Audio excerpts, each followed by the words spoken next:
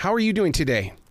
I'm good. How about you? Absolutely fantastic. Very excited to talk with you because, I think that S.A.D, the Seasonal Affective Disorder, is one of those things where everybody just automatically declares that I've got it. But your book really goes into it to explain it to a child as well as an adult who could be struggling with it as well. Oh, you read the story? Yeah, it's a story about Sam and Sam and how transparent he is. And what draws me to it is because I have talked about and read about seasonal affective disorder so much because you should see how lit up my house is. I have to have light. Yeah. Very cool. What drew you to the story? Well, I myself, like you, I grew up in the Midwest. I'm from Wisconsin, and during the Wisconsin weathers, when the winter is bad and dark and long, that's when seasonal affective disorder attacks me, and it makes me more depressed. In fact, during Christmas time, I got the nickname from my dad, Mopey Marvin, because, I'd mope around the house, even though I should be happy because school's missing, you're not going to school at that time. So, but yeah, during depression, some of the things as far as SAD is you kind of think about winter SAD dealing with hydration, whereas you would oversleep, which people with SAD sleep 2.5 extra hours per day. They overeat, so they binge on comfort foods, and then they also gain weight from that time because they're not moving around during the winter time. So when they finally get out, later on after winter, they look at themselves and they've eaten more, like, where'd my body go? I never even made the association with eating as well as SAD, but you're absolutely right about that. Totally. Yeah, I did research after I wrote my book, and I found out even more information. In fact, I found out there's summer SAD, believe it or not. And summer SAD occurs during spring and summer. And during that time, children or whoever has SAD are more irritable. And in fact, their anxiety is up, and that can lead to violence. Yeah. Now, because a cloudy day to me here in the Carolinas will affect my moods like you wouldn't believe. And the thing about it is this studio overlooks a forest here in South Charlotte. So when I'm sitting here looking at my forest and it's a cloudy day, dude, you have no idea how many mood swings I go through. Oh, I believe it. My mom lived in North Carolina when she was doing Peace Corps, and actually visited North Carolina, so I know where you're going through. Yeah. And I talked with somebody on a different cast, and they said that there was in England, he talked about some video they just saw, and because of where they were, the hill was so high that during a certain time of the year, the sun was lower than the hill. So they couldn't even see the sun. I can't even imagine that. So when you wrote this book, did you have a lot of light around you? Does that affect you in a way? Because, once again, oh my goodness, when you walk through my house, I've got so much light.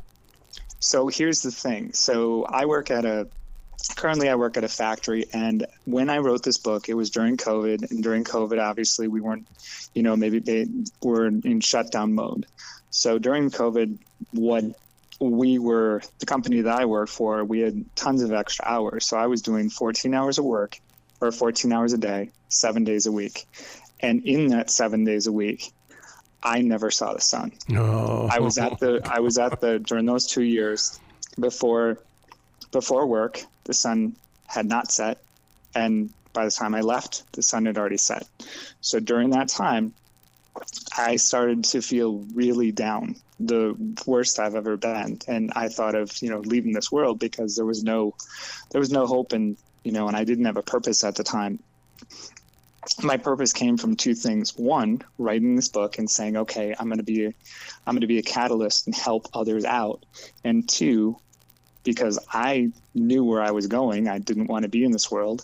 I was willing to, my best friend needed a kidney, and I went on that journey. So getting up during that time, I was busy writing my book. If I could think of anything, I'd write it on a Post-it and then come home and write it up while I was at work.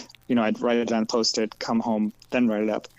And the other thing is I was on the journey all over the hospitals in giving a kidney. And during that time, you're supposed to be able to give a kidney within 6 months. Wow. It took me a year and a half.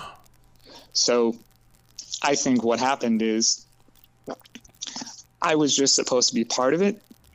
I was not the one who gave my best friend a kidney. He does have a kidney now. He has 2 kidneys, and he has a full pancreas, and everything's good. But I didn't have to give up anything. But surprisingly, yeah, for those year and a half, I had something to keep me going. Wow. And that's what I understand. But like I said, I was willing to do it because it was my best friend. Doesn't gratitude also play a part of what you put inside this? Oh, my goodness. Yes. In fact, Tony Robbins said that you can't be grateful and sad, or grateful and angry, and grateful and fearful at the same time. And when I read that, as far as the grateful part that was the last page. And when Sam first came into play, it kind of seemed like he was kind of, he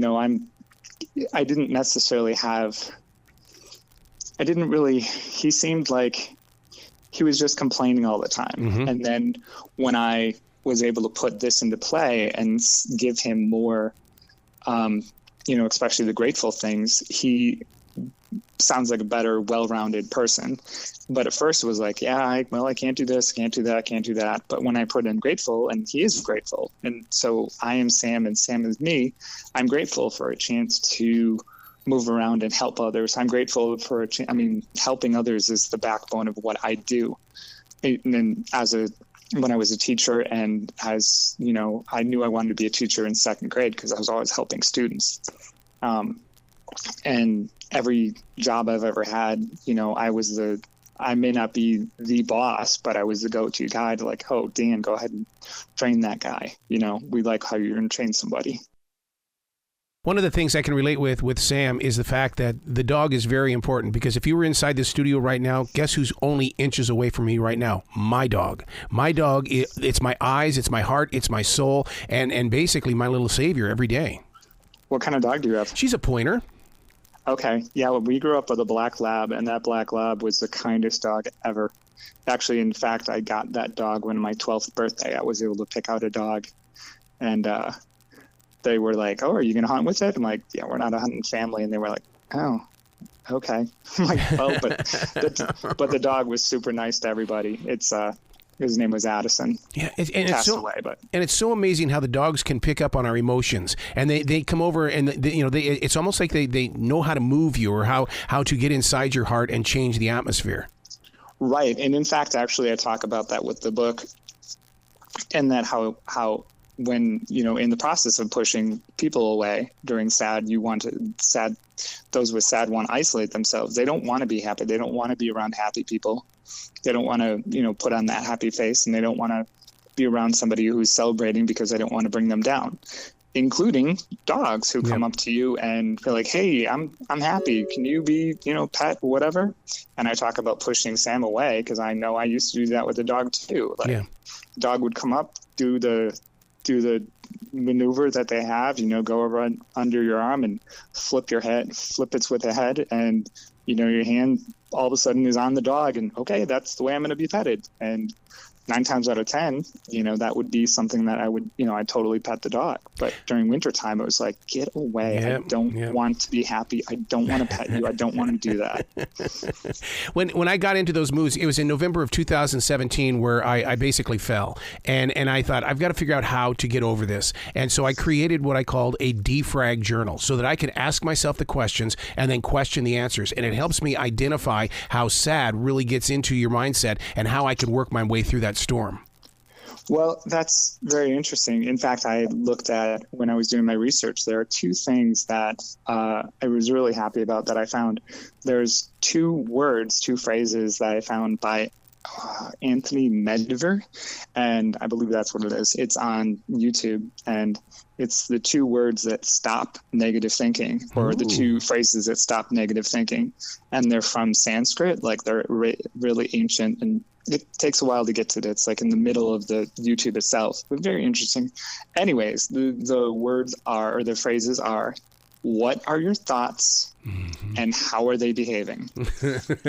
And so I tried it, during my SAD time, and granted, I had to say it probably about 20 or 30 times.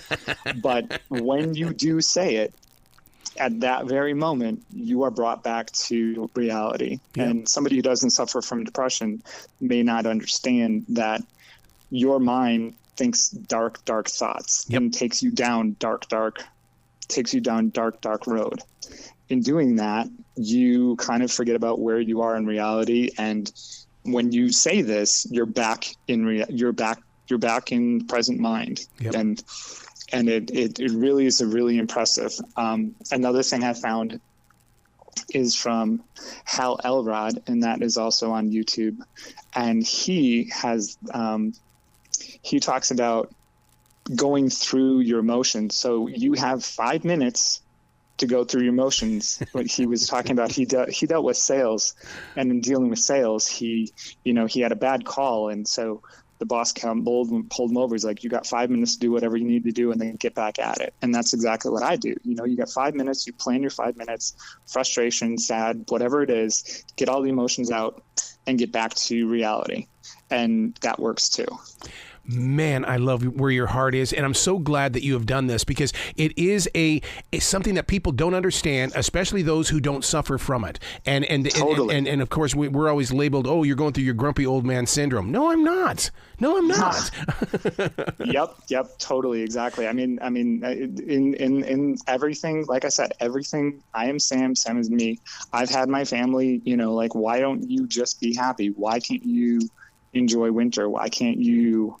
And when I'm in the mode and you're doing that stuff, you do enjoy it. But the worst part about it is when you go to sleep and your mind just thinks.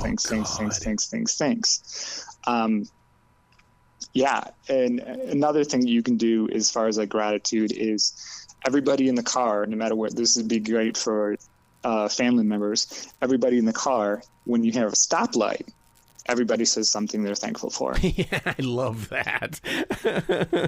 I love that.